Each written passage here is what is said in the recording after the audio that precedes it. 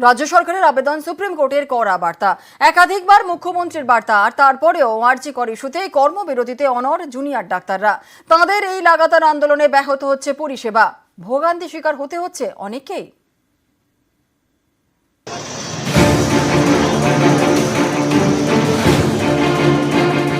9ই August আরজিকরের মহিলা চিকিৎসকের দেহ উদ্ধার হয়। তারপর থেকেই টানা কর্মবিরতিতে জুনিয়র ডাক্তাররা। এতে অনেকেই ভোগান্তির শিকার হয়েছেন। জুনিয়র ডাক্তারদের কর্মবিরতি তুলতে একাধিকবার বার্তা দিয়েছে রাজ্য সরকার এবং মুখ্যমন্ত্রী। সুপ্রিম কোর্ট কড়া বার্তা দিয়েছে, তারপরেও জুনিয়র ডাক্তাররা কর্মবিরতিতে অনড়। ফলে রোগী ভোগান্তিও চলছে।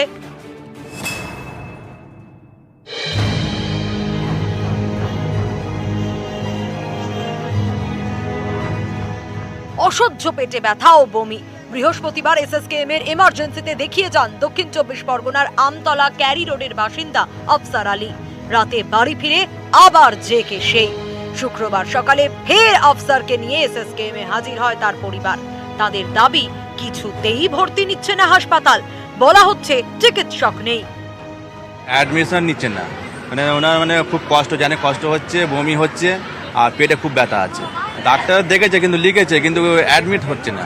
এই ফটো করাও, ওই ফটো করাও, কিন্তু ফটো যেখানে যাচ্ছি সেখানে লোক কিছু জিজ্ঞেস করলে কিছু ভালো করে বলছে না। বলছে ডাক্তার নেই, আমরা কি করবো, আমরা যতদূর পাচ্ছি দেখছি, ওষুধ দিচ্ছি, ব্যথার খেয়ে ঠিক আছে, কালকে আসো। পেশেন্ট এখনো শ্বাস নিঃশ্বাস নিতে কষ্ট হচ্ছে, পেটে ব্যথা আছে, বমি করে যাচ্ছে। এই পেশেন্টের হবে সেটা ডাক্তার কিছু করছে না, আন্দোলনের জন্য হচ্ছে না। স্ত্রী অসুস্থ, ভর্তি এসএসকেএম এ, সেখানেও অপারেশন হয়েছে, কিন্তু তারপর আর চিকিৎসা সেভাবে এগোচ্ছে না বলে অভিযোগ বারুইপুরের মহিউদ্দিন শফুইয়ের।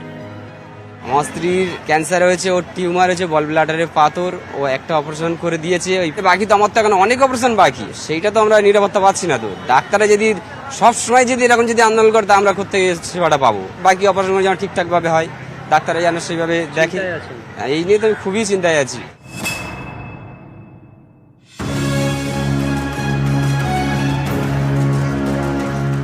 বাসন্তীর সোনাখালীর বাসিন্দা উত্তম সরকার। পরিবারের প্রথম সন্তান আসবে, এরই মধ্যে হঠাৎ স্ত্রীর রক্তক্ষরণ। তড়িঘড়ি গত সোমবার স্ত্রীকে ভর্তি করান এনআরএসে। রক্তক্ষরণ এখন বন্ধ, কিন্তু গর্ভের শিশু কেমন আছে কিছুই নাকি জানতে পারছে না উত্তমের পরিবার। একটা ব্লাড টেস্ট করতে দেয়, তারপরের দিন আবার গতকালকে আবার একটা আল্ট্রাসাউন্ড করতে দেয়।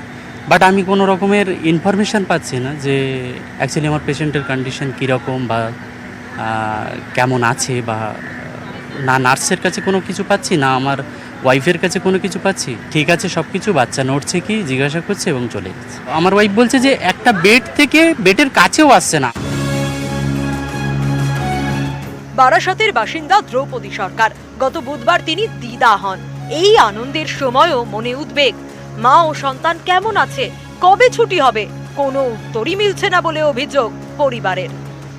এখন মোটামুটি ভালো আছে, বেবিও ভালো আছে, মাও ভালো আছে।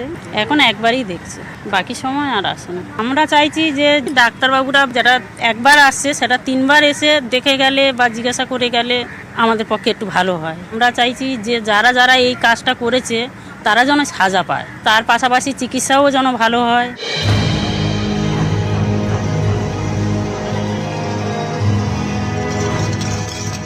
ক্যামেরায় কাঞ্চন ভৌমিকের সঙ্গে বিশ্বজিৎ সাহা, নিউজ 18 বাংলা।